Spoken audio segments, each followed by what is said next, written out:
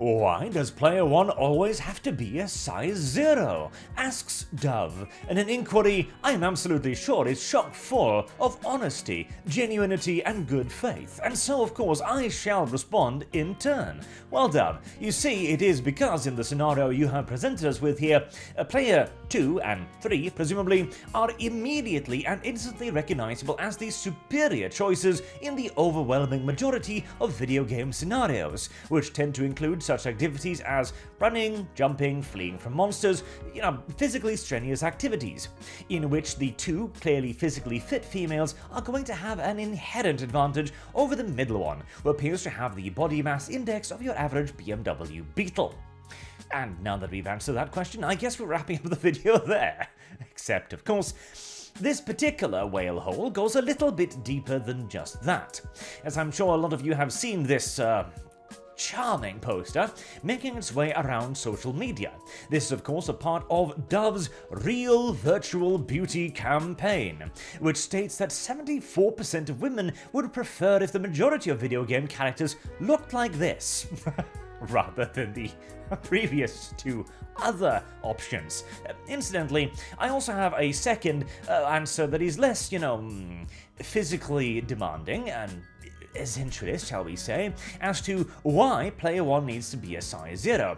It is because, again, presented with a selection screen like this, 99.8% of players will reach up to the select character button and swipe left and swipe right, but details. Because of course, that is based on beauty ideals, which Dove is of course trying to defeat. Because beauty, you see, is bad. We need to exist in a universe where mediocrity is not only generally accepted, but lauded as a virtue in and of itself. Which is, unironically, what Dove is trying to achieve here. Because, of course, here's the thing.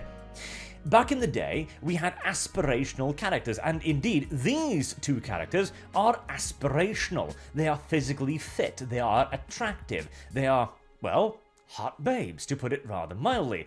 Whereas these characters, well, very aspirational by and large. I mean, hell, you've got a woman with large forehead, can sympathize, who turns into a woman with large forehead, but now with a facial scar and a green jumper. Okay, that is certainly something. You have this chick whose hair has grown larger, and this chick who has grown fatter, I believe, and has now wavier hair. I suppose there is an element of aspiration in that she wishes that her hair was wavier, but beyond that, we are looking at best, an element of static, where all we can expect for this is for the thing to stay the same. And apparently, 74% of girls wish the characters in video games looked more like women in real life. Now, I question this statistic because the overwhelming majority, in fact literally every single solitary one of them, of females I've ever met in my existence, have never looked at other women and gone, I want to look more normal, I want to look more average. That has not been a sentiment I have ever heard. I want to look more like Angelina Jolie, I've heard that one. I want to more look like movie star A and B, I've heard that one too. But this idea that women simply want to look average seems to be a bit of a minority position. But Dove is of course here yet again to redefine the meaning of beauty, as they are making virtual beauty real, which means that this is beautiful. Now we could go into how the fact that the word beauty has an actual meaning, and a meaning that, well, pretty much everyone agrees on. You can ask anyone from here to Zimbabwe what they picture in their minds when you give them the word beauty, and it will be something, well, beautiful, something attractive, something aesthetically pleasing, something pleasurable to the eye, shall we say. And not at any point will you get this mental image popping up in their heads. I'm quite willing to bet money on that, but this campaign goes far beyond a few cringe social media posts, as they've also managed to partner up with Unreal Engine and Epic Games to create a real virtual beauty training program, created by this woman, whose political leanings you can identify merely by glancing at her. Well, this kind of leads back to the previous video I did on this, and kind of the reason why I'm talking about this again today, because the topic has somewhat re-emerged in the public consciousness, in that Beauty has a meaning, and a certain group of people with a distinct political leaning are trying to destroy that meaning because, well, it allows them to bring everybody down to their level. As it's not about elevating anyone, it is not about trying to make these people more beautiful, it is about making everybody else less beautiful, more normal, less exceptional, less aspirational. And of course, I also enjoy the fact that they mention, was it here, specifically, yes, by bringing a variety of appearance and functionality of your characters, particularly female characters. As this is near exclusively a female problem, it seems. Men just don't have this issue. It again appears, according to Dove and Unreal and Epic, etc., that we're just happy with being, well, butt ugly, frankly. And hey, I guess that's a strength. We have the ability to look ourselves in the mirror and go, well, I'm no Denzel Washington, but I'll guess it suffice. Gotta deal with the hand you're given. So let's have a little bit of a look at this, because I think this part in particular is very interesting. Real virtual beauty training, defining real virtual beauty. Okay, so what is virtual beauty, and how does it relate to, well, beauty? Let's have a listen, shall we?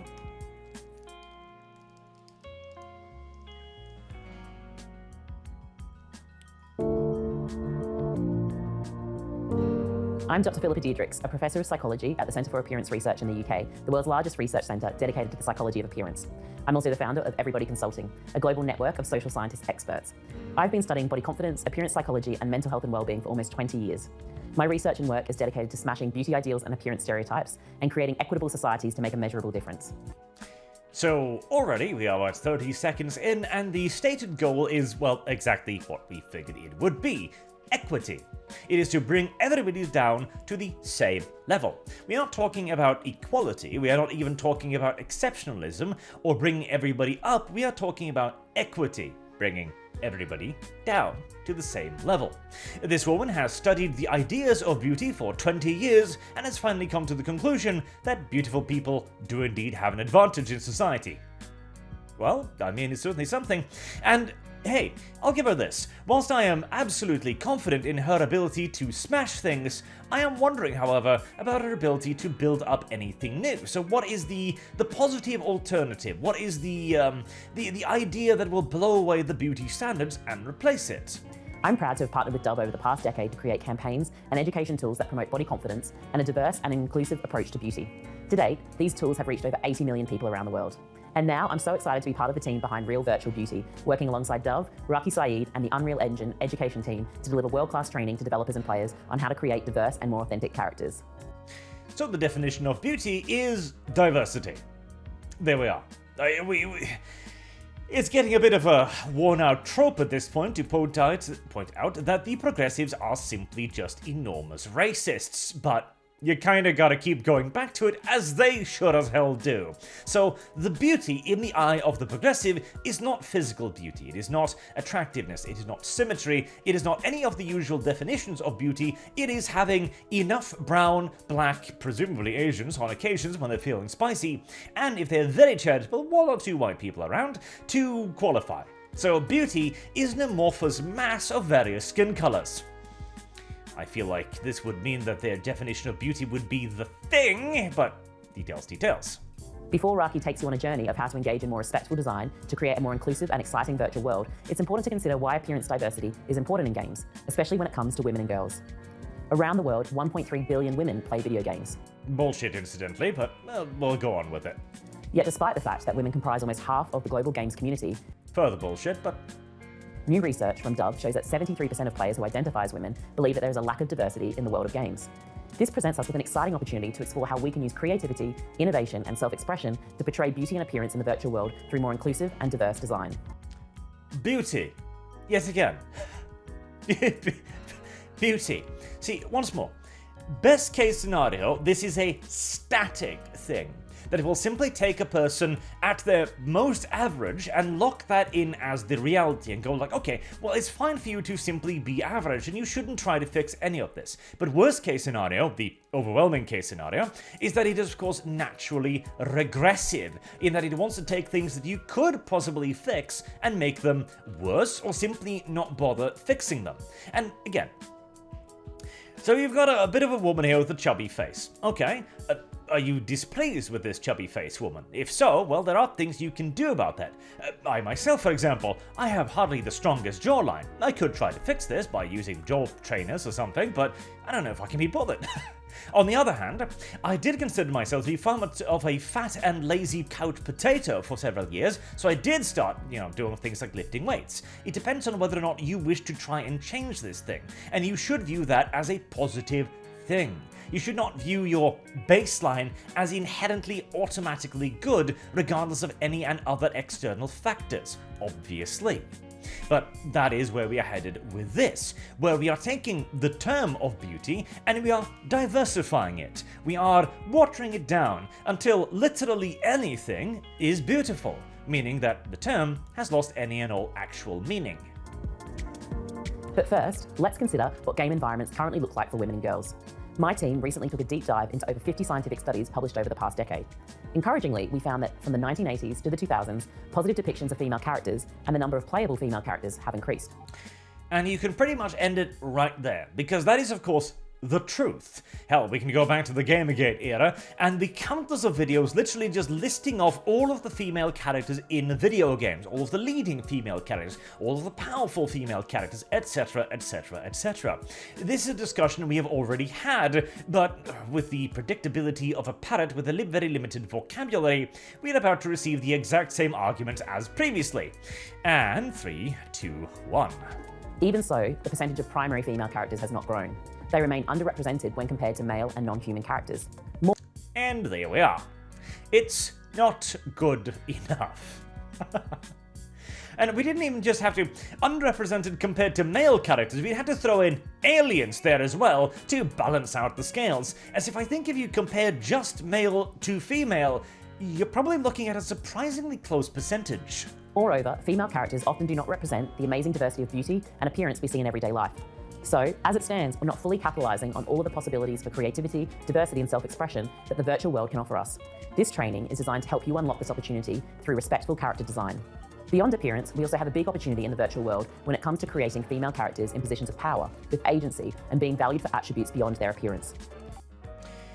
Which is, again, where we arrive at it. So, once more, we have the political ideology. We haven't actually talked about physical beauty at any point. We haven't defined physical beauty. We have talked about politics. We have talked about representation. We have talked about diversity. We have talked about women's positions in the world as figures of power that we have now arrived at shouldn't be seen in a, beautiful lens.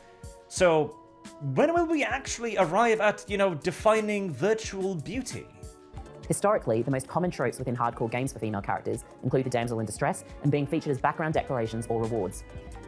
Straight out of Women's in Gaming by Anita Sarkeesian, about a decade out of date, that argument, but, well, I'm sure this woman who just recently did a deep dive into scientific studies on video games probably doesn't have all that much experience in the field.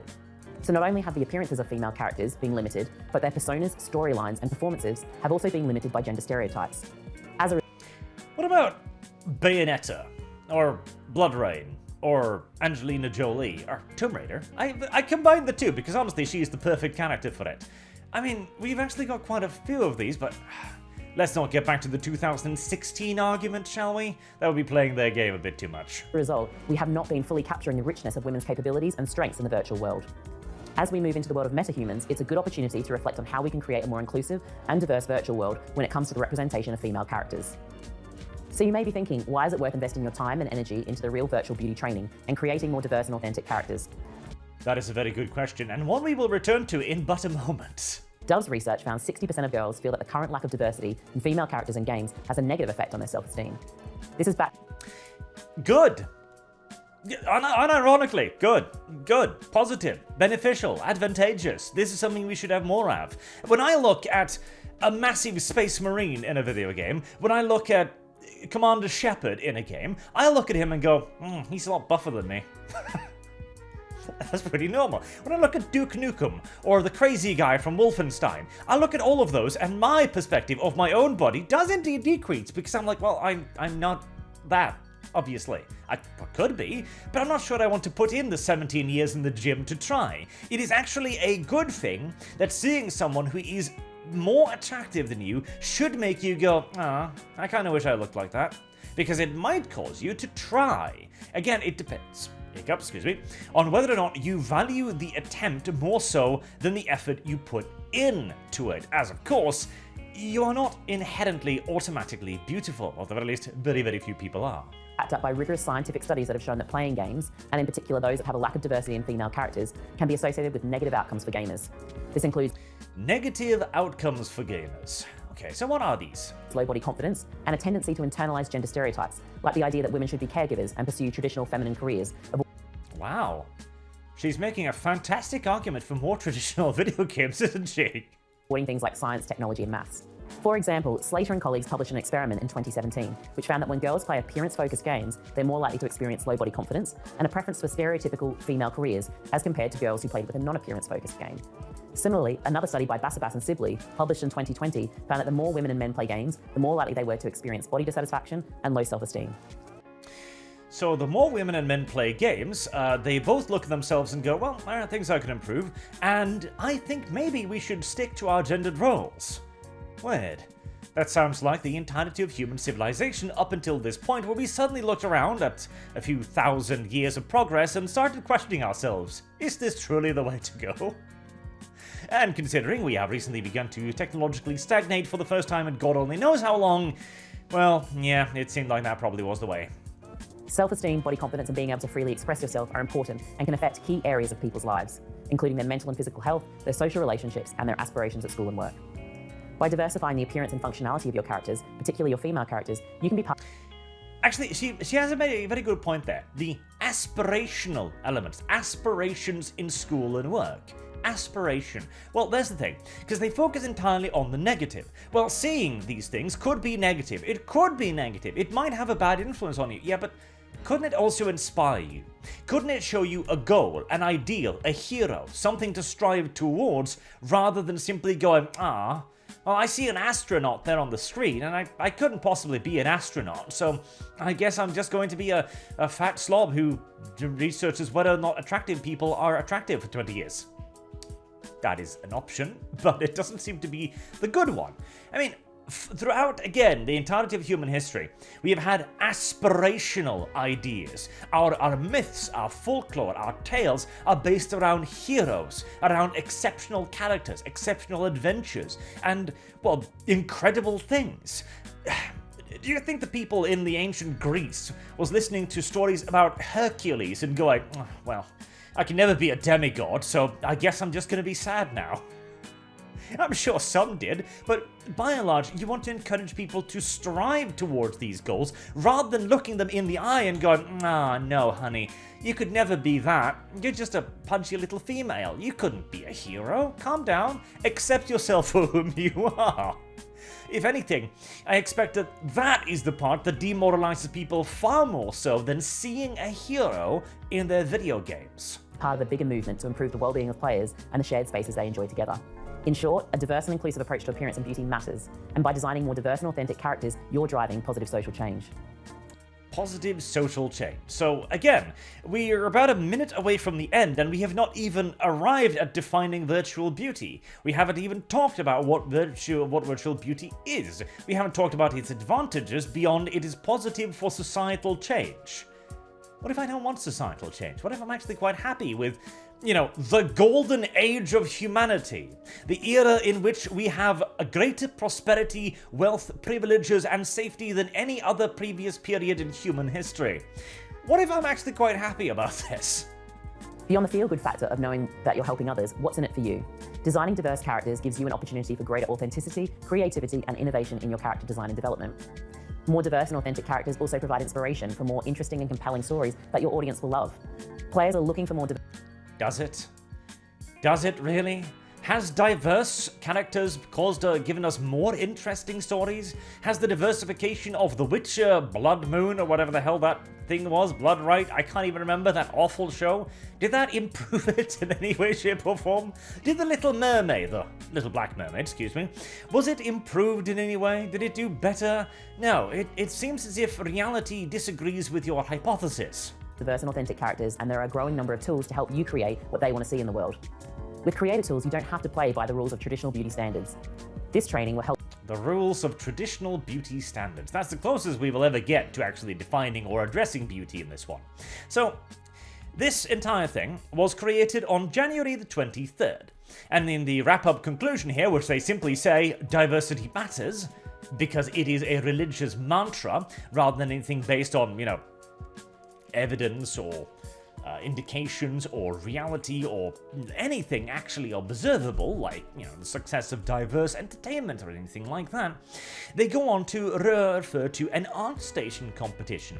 So people on ArtStation, an artist website of course, were supposed to be uploading what they'd learned, what they'd figured out, what manner of fantastic creations they had made after listening to this inspiring tutorial. I would also like to point out the defining real virtual beauty, 8,646 views. So people were like, okay, you make a point, I suppose. Let's click further. Oh, 1,446. Okay. So about 7,000 people out of 8,000 saw this and went, woman, you are full of shit, shut up, and didn't click on the second one. Then we lose a further 200 people for the next step, because at this point you are already rather ideologically conquered. We lose a further 400 people from that to the next step, and by the time we reach the end, we are down to 476 out of 8,000 plus. It's a pretty good indicator of what exactly this tutorial was, so okay. ArtStation, come on, let's see all of these fantastic creations. Real virtual beauty. Wow, that's pretty sad. That's pretty terrible. Okay, so we have one guy here, we have another dude here, we have another dude here, and okay, so we have a grand total of 3 people out of the 476 who made it this far, who finally elected. Okay, I'm gonna try my damnedest to make a character that isn't attractive, and by and large they sort of pseudo-failed. I mean, I wouldn't say this character is particularly unattractive. Let's see here. It's mostly just kips, lips, and clucks. Well, there we go. Alright, this one at least is mediocre at best, so there you go. That's something. We still have, good skin, good complexion, pink hair, etc., so still cutesy looking. Yeah, by and large, it seems as if nobody was actually particularly interested in making deliberately ugly characters. That's very weird. Who could possibly have seen such an outcome coming? It's almost as if making things deliberately ugly is actually something that artists, by and large, aren't very interested in. And this, of course, refers back again to our psychology. This is a point that the wokists and the progressives have been pushing for quite some time with articles like this. The problem with aspirational design and what designers should do instead. Because near automatically, in our minds, we create aspirational designs and aspirational stories. Very rarely, if ever, is your first instinct to create somebody who is, well, massively obese or ugly. When you are creating a character, more often than not, this will be the villain, like Baron Harkonnen, for example, to Leto Atreides. And so you need to actually rewire your entire brain, as our previous instructor explained to us. We need to redefine beauty standards. We have to redefine our way of viewing the world. We have to turn everything we know upside down, and then go out of our way to develop special tools to allow people to make uglier characters.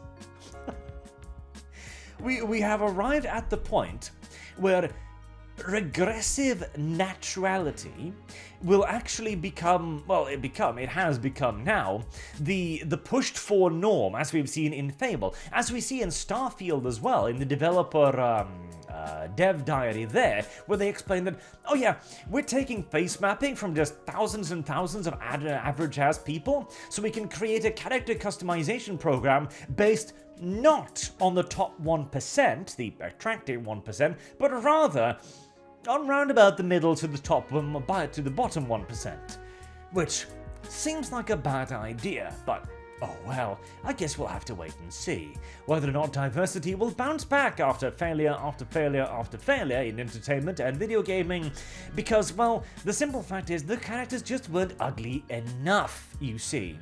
If that is true, I do expect Fable 4 to be a smash success. Well, were any of you convinced by the redefining of real virtual beauty? If you have been, well, you can always create an ArchStation account and create some deliberately ugly women of your own.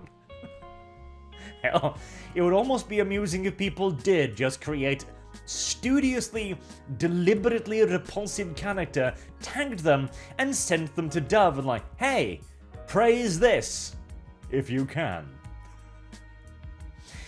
Until next time, I've been Arch. Thank you all very much for listening, and I do hope to see you all again soon. Have a good day.